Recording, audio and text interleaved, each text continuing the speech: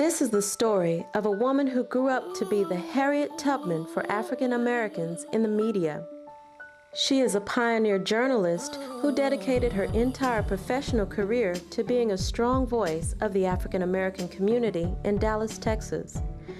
This is the story of Norma Adams-Wade and how she became the voice for her people. I'm Norma Adams-Wade, a retired staff writer with the Dallas Morning News. I retired at the end of 2001, so now I'm a contract columnist with the Morning News, but was with them for almost 30 years.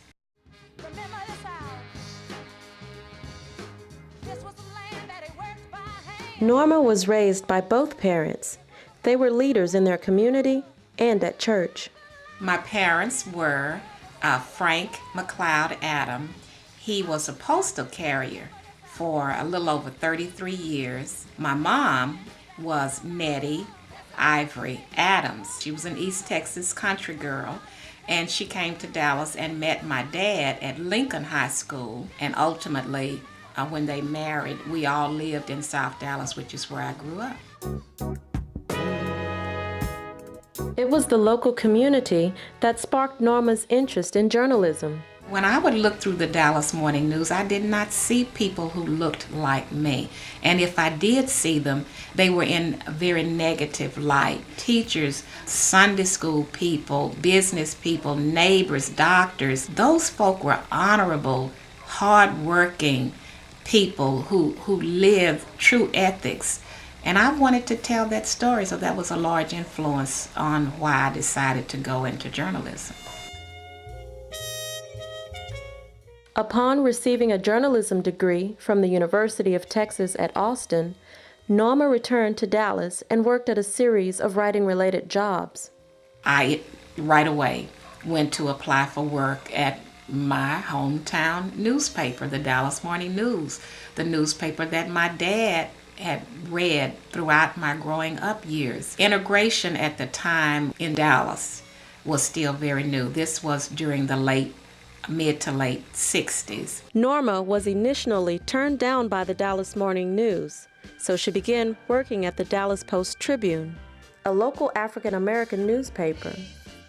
One day, Norma received a surprise visit from the Dallas Morning News. You jokingly hear people say, well, a job is not going to come to your door, you have to go out. This job came to my door. Norma Adams-Wade was the first African American who was a full-time general reporter at the Dallas Morning News. So I got an assignment every morning and would go anywhere in the city that it took me. Plane crashes, fires, people who were speaking, community meetings. Then I was given the federal beat to cover, so I covered court stories, federal court cases. Then after that, I became a consumer reporter. In 1985, Norma introduced the first Black History series at the Dallas Morning News. Every day during the month of February, she wrote a story about prominent people and issues in the African American community. It was the first time local African Americans received that much positive coverage. Eventually, Norma Adams-Wade encouraged the Dallas Morning News to open a Southern bureau. Primarily in the Southern Bureau, I covered African American issues, community activities, individual profiles of leading folk who were doing things in the community, whatever related to the southern sector of town. The history of African Americans in Dallas is all around. Norma has made tremendous contributions to preserving and writing about that history. Resources are really all over. Unfortunately, many of the individuals who really were the history of Africans in Dallas have passed on. I feel very blessed that I knew and got to talk to many of those folk. Norma Adams-Wade is one of the founding members of the National Association of Black Journalists. NABJ is an organization dedicated to the support and advancement of African American journalists in print, radio, and television. Norma remembers how it all began. The history of NABJ is, again, really part of my soul, I guess. Chuck Stone, who was in Philadelphia, sent out letters to all African Americans in media that he could find.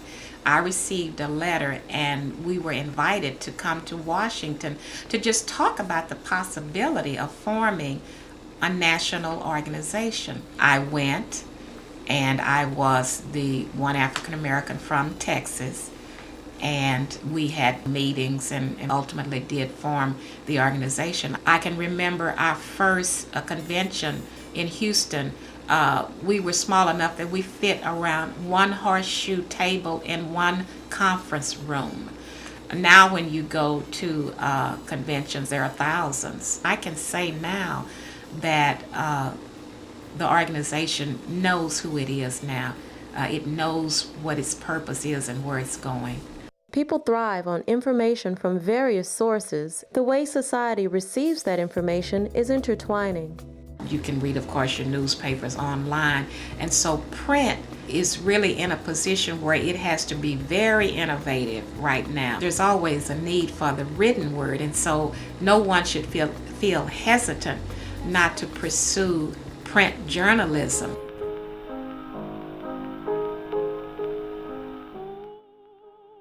Norma leaves a legacy of excellence in journalism to future generations.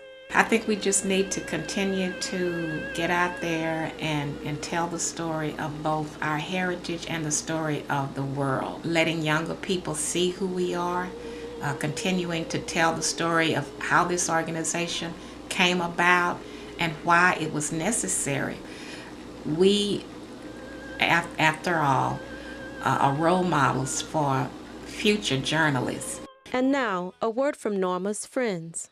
My name is Julia K. Jordan. Norma has really fulfilled a personal dream for me. Norma has made a wonderful contribution to the city, to the community, and then she's been just a shining example for other young people who are coming along today. Good luck, Norma. Keep it up. Hello, I'm Verna Mitchell, and I'm principal of Dallas Can Academy, the Ross Avenue campus. I've known Norma Adams-Wade all my life. In fact, I cannot remember meeting her because we grew up together. It amazes me that she has so much knowledge, but she's done so much research. The time that she gives to the community, adults as well as children, the importance that she plays and helps others to understand the Black community. I think those would be my thank yous, and just the opportunity that I've had to know her and to be a friend with her all of these years. I'm Cheryl Smith. I'm the executive editor of the Dallas Weekly and a talk show host at KKDA AM. When I came to Dallas, I read her column religiously. It gave me an idea of how I needed to plan for my week because she told you what was going on of importance to Black people in America and in this area. Norma, thanks for being you, being that resilient person who tries to do the right thing, not what is expedient, but what is the right thing all the time. Norma has been a member of our church since she was a child. Her place in history and our community is an encouragement to the youth in our church. Her interaction with them and her willingness to work with them and train them in any area. And I also think it kind of keeps her young and moving around trying to keep up with them. Congratulations, Norma. They couldn't have picked a better person to do this for and to highlight, because truly you are a trailblazer and a historian in our community, and I wish you the best and many more. Hi, my name is Adam Wade. My granny is Norma Adams-Wade, and that's my great-granny, Nettie Adams-Wade. That's her picture on the church wall. Thank you, Miss Wade! Norma Adams-Wade is revered as Dallas's modern-day griot. Thank you for telling our stories so that they will enrich our past, present, and future. Everywhere